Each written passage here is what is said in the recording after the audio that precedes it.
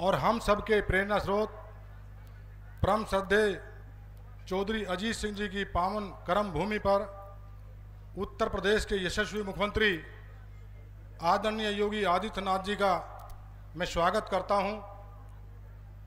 यह ऐतिहासिक पल जिसमें आदरणीय मुख्यमंत्री जी आए हैं, मैं उनका आभार व्यक्त करता हूं। चौधरी अजीत सिंह जी की प्रतिमा अनावरण के मौके पर यह क्षण बहुत भावुक करने वाला हमारे लिए है। चौधरी साहब के बारे में जो कहा जाए वो कम है। वो सादगी और ईमानदारी की मिसाल थे। अपने कार्यकर्ताओं से परिवार की तरह मिलते थे।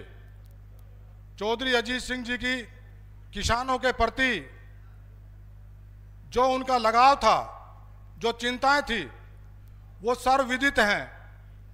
जब 50 किलोमीटर दूरी में एक चीनी मिल होता था, दूसरा चीनी मिल उस क्षेत्र में नहीं लगता था। जब उनको मौका मिला, अवसर मिला, केंद्रीय मंत्री रहते, उन्होंने उसकी कानून में बदलाव किया और उसकी दूरी घटाकर कम की और उत्तर प्रदेश में 30 से ज्यादा चीनी मिलें स्थापित हुई। और उसी के साथ मैं समझ रहा हूं आपकी भावनाएं। उसी के साथ जब पूर्व प्रधानमंत्री मनमोहन सिंह जी की सरकार 2009 में कानून लेकर आई कि राज्य सरकारें गन्ने का भाव घोषित नहीं करेंगी, आदरणीय चौधरी अजीत सिंह जी ने किसानों की बहुत बड़ी रैली की मेरठ में और उसके बाद दिल्ली की संसद को घेरने का काम किया। जब सरकार दबाव में आई तो सरकार को अपने फैसले से पीछे हटना पड़ा और फिर वही कानून लागू हुआ कि प्रदेश की सरकारें गन्ने का भाव घोषित कर सकें। यही काम जो डीजल और पेट्रोल में एथेनॉल मिलाने का, शामिल करने का काम, वो भी आदरणीय चौधरी अजीत सिंह जी ने किया। मैं समझ रहा हूं आपकी भावनाएं। आदरणीय मुख्यमंत्री जी, मैं इसलिए आग्रह कर रहा हूं आपसे, जो हमारे सामने आज बैठे हैं क्षेत्र के तमाम लोग, प्रदेश का गन्ना मूल्य हो चाहे गन्ने का भुगतान, जितना काम आदरणीय मुख्यमंत्री जी ने किया है, गन्ने के भुगतान में चीनी मिलों पर लगाम कसी गई है। 1-2 चीनी मिल हैं वो मुख्यमंत्री जी के रडार पर हैं। जो गन्ने का किसान आज परेशान है, जिनको गन्ने के भुगतान में विलंब हो रहा है, मुख्यमंत्री जी उन चीनी मिलों पर भी लगाम कसने वाले, वो भी मुख्यमंत्री जी के रडार पर हैं कि मुख्यमंत्री जी के रहते किसानों का अहित इस प्रदेश में नहीं हो सकता। मैं ये आग्रह करूंगा, गन्ने के हमारे जो किसान हैं, वो मैं समझ रहा हूं कि गन्ने भुगतान के बारे में चिंतित हैं, लेकिन मुख्यमंत्री जी के रहते आपको चिंता करने की कोई जरूरत नहीं है। गन्ने का भुगतान होगा, समय पर होगा और पिछली सरकारों के मुताबिक जितना आदरणीय मुख्यमंत्री जी के सरकार में गन्ने का भुगतान हुआ है, चीनी मिलों ने किया है, ऐसा भुगतान पिछली सरकारों ने नहीं किया। मैं आदरणीय चौधरी अजीत सिंह जी, वो हमेशा जो खराब तबके के लोग थे, जो समाज में भय फैलाने का काम करते थे, हमेशा उनका विरोध करते थे। मैं आदरणीय मुख्यमंत्री जी का धन्यवाद करता हूं। उत्तर प्रदेश की कानून व्यवस्था, आज पूरे हिंदुस्तान में उत्तर प्रदेश कानून व्यवस्था की मिसाल दी जाती है। ये आदरणीय योगी आदित्यनाथ जी ने उत्तर प्रदेश में करके दिखाया है।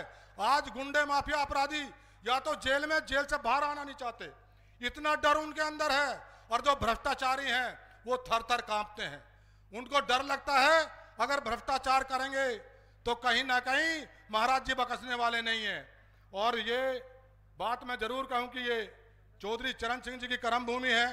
आदरणीय हमारे प्रेरणा स्रोत चौधरी अजीत सिंह जी, जिनकी हम आज प्रतिमा का अनावरण हुआ है, उनको हम याद कर रहे हैं, हमारे दिलों में है, कभी दिलों से बाहर नहीं जा सकते। ये बागपत लोकसभा क्षेत्र और बागपत जनपद, पूरे उत्तर प्रदेश का विकास आदरणीय योगी आदित्यनाथ जी ने किया है। आज हमारा प्रदेश उत्तर प्रदेश नहीं, उत्तम प्रदेश है। और अब मुख्यमंत्री जी उत्तम प्रदेश को सर्वोत्तम प्रदेश बनाने में भरपूर कोशिश कर रहे हैं। हम सब उनके फैसले के साथ हैं, उनके विचारों के साथ हैं, उनके कामों के साथ हैं। बागपत का भी विकास हुआ है, लेकिन थोड़ी बहुत हैं कमियां। जो हैं, मुझे भरोसा है आदरणीय मुख्यमंत्री जी अब की बार बागपत को, क्योंकि एनसीआर में हमारा बागपत है, हमारा सोनीपत हो, फरीदाबाद हो, नोएडा हो, गाजियाबाद हो, जो एनसीआर का हिस्सा है, बहुत विकास हुए, अपार विकास वहां पर हुए। अब जरूरत है बागपत की। मेरठ के लिए रैपिड रेल गई है, मेट्रो रेल गई है। दिल्ली में नौकरी कारोबार करने वाले लोग अब दिल्ली से मेरठ की तरफ दौड़ रहे हैं, वहां पर मकान आवास बना रहे हैं। अब बागपत में जरूरत है, जिस दिन रैपिड और मेट्रो बागपत की तरफ आएगी तो मैं समझता हूं कि यहाँ का विकास 4 गुना बढ़ेगा और जो दिल्ली के लोग हैं जिनको दिक्कतें हैं वो बागपत में रहेंगे। बागपत में कोई टाउनशिप नहीं है। यहाँ के किसान अपने बच्चों को पढ़ाने के लिए वो दूसरे शहरों में जाकर किराए पर मकान लेकर बच्चों को पढ़ा रहे हैं। यहाँ अच्छे शिक्षा के इंस्टीट्यूशन की जरूरत है। मुख्यमंत्री जी की अपना प्रयास है, मुख्यमंत्री जी इस बारे में विचार कर रहे हैं कि बागपत में भी टाउनशिप हो और यहाँ के नौजवान को यहाँ रोजगार मिले। इंडस्ट्रियल हमारी अथॉरिटी यहाँ बागपत में स्थापित हो और जैसा सोनीपत का विकास, फरीदाबाद का विकास, नोएडा का विकास, हमारे बुलंदशहर का, गाजियाबाद का जो जेवर का विकास, आदरणीय मुख्यमंत्री जी के जो जेवर का विकास उनके सानिध्य में हुआ है, अब बागपत आदरणीय मुख्यमंत्री की कृपा अब बागपत पर होने वाली है। आप चिंता मत करो, गन्ने का भुगतान भी समय पर होगा, आपके यहाँ नौजवानों को रोजगार भी मिलेगा। इंडस्ट्रियल अथॉरिटी की स्थापना के लिए मैंने आग्रह किया हुआ है। और एक बात और, मैंने कहा था इस समय उत्तर प्रदेश में प्रयागराज में महाकुंभ चल रहा है और महाकुंभ की व्यवस्था जितनी चाक चौबंद, वहां की सुरक्षा व्यवस्था आदरणीय मुख्यमंत्री जी ने की है। मैंने लोकसभा में भी मेरी सवाल किया था जब विपक्ष ने यह कहा कि वहां की व्यवस्था खराब है। मैंने कहा था महाकुंभ कुंभ के स्नान पहले भी हुए, कोई मुख्यमंत्री हमें बताए जिसने कुंभ के स्नान के दौरान वहां की व्यवस्थाओं का जायजा लेने का काम किया हो। और हमारे उत्तर प्रदेश के यशस्वी मुख्यमंत्री आदरणीय योगी आदित्यनाथ जी निरंतर महाकुंभ में जाकर, प्रयागराज में जाकर वहां की सुरक्षा व्यवस्था का जायजा ले रहे हैं और किसी को परेशानी ना हो इस पर विचार कर रहे हैं। दुर्घटनाएं घटी हैं, हमारे बड़ौत में भी जैन समाज, उनकी दुर्घटना घटी है, धार्मिक आयोजन था, प्रयागराज में भी घटी है, उसकी आयोग उसका गठन किया है। बहुत सारी चीजें सामने आएंगी, पता चलेगा। हमारे बड़ौत में जैन समाज, उनका धार्मिक आयोजन था, बहुत गरीब लोगों की धार्मिक आयोजन में दुर्घटना में जान चली थी।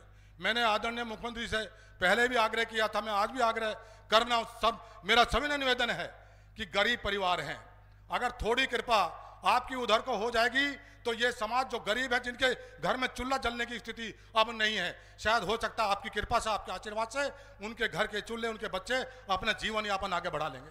मैं अंत में आदरणीय मुख्यमंत्री जी का आभार व्यक्त करता हूं, आदरणीय चौधरी जैन जी जिनके मार्गदर्शन में हम काम कर रहे हैं, मैं उनका भी आभार व्यक्त करता हूं। बागपत की जनता को आपने जो समय दिया, आदरणीय परम श्रद्धेय चौधरी अजीत सिंह जी की प्रतिमा का अनावरण जो सदैव किसानों के दिल में रहते हैं, हम सबके दिल में रहते हैं, हमें प्रेरणा उनके विचारों से मिलती है। मैं आपका आभार व्यक्त करता हूं और पुनः एक आग्रह आपसे करता हूं कि ये बागपत आपके आशीर्वाद से, आपके सानिध्य में आपने पूरे प्रदेश का विकास किया है, पूरे प्रदेश को आपने ऊंचाइयों में ले गए हैं और पूरे देश में आपकी मिसाल दी जाती है, अन्य मुख्यमंत्री के यहाँ भी आपकी मिसाल दी जाती है। मेरा आग्रह है ये बागपत एनसीआर का हिस्सा है, नौजवान को रोजगार मिले, इंडस्ट्री यहाँ पर स्थापित हो, हमारे यहाँ मेट्रो का इंतजाम हो, हमारे यहाँ रैपिड की भी स्थापना हो, ताकि यहाँ पर एक टाउन से बचकर लोगों को यहाँ अपने बच्चों को पढ़ाने का और रोजगार के अवसर पैदा हो। हमारे यहाँ बड़ा अस्पताल नहीं है कोई भी, आपने मेडिकल कॉलेज दिया, मैं आपका धन्यवाद देता हूँ, आपका आभार व्यक्त करता हूँ। हमारे यहाँ चिकित्सा की कोई सुविधाएं ऐसी नहीं थी जो बड़ी दुर्घटना हो जा किसी का उपचार सही तरीके से हो जा, लेकिन आपने बागपत की जनता के लिए जो आपने मेडिकल कॉलेज की घोषणा की है, मेडिकल कॉलेज आपने दिया है, मैं आपका आभारी हूं, उसके लिए भी मैं आपका धन्यवाद व्यक्त करता हूं। और मैं आग्रह करता हूं यहां पर एक ट्रॉमा सेंटर टियर 2 जिसमें सारी चिकित्सा की सुविधाएं हों, अगर आपकी कृपा से वो होगा तो मुझे लगता है कि यहाँ की जनता को दिल्ली, नोएडा, गाजियाबाद दौड़ना नहीं पड़ेगा इलाज के लिए, सबको समुचित इलाज यहाँ मिलेगा। बहुत बहुत धन्यवाद। मैं आप सबका आभारी और आदरणीय मुख्यमंत्री जी, आदरणीय चौधरी जैन जी का और मंच पर बैठे तमाम नेतागणों का बहुत बहुत आभारी हूँ। आपने मेरे क्षेत्र में आकर मुझे आशीर्वाद दिया, आदरणीय मुख्यमंत्री जी ने मुझे चुनाव में भी आशीर्वाद दिया, बिना 1 रुपया खर्च करे मुझे सांसद बनाने का आदरणीय मुख्यमंत्री और जैन चौधरी जी ने जो मुझे आशीर्वाद दिया, मैं पुनः आपका बहुत बहुत आभारी हूँ। धन्यवाद।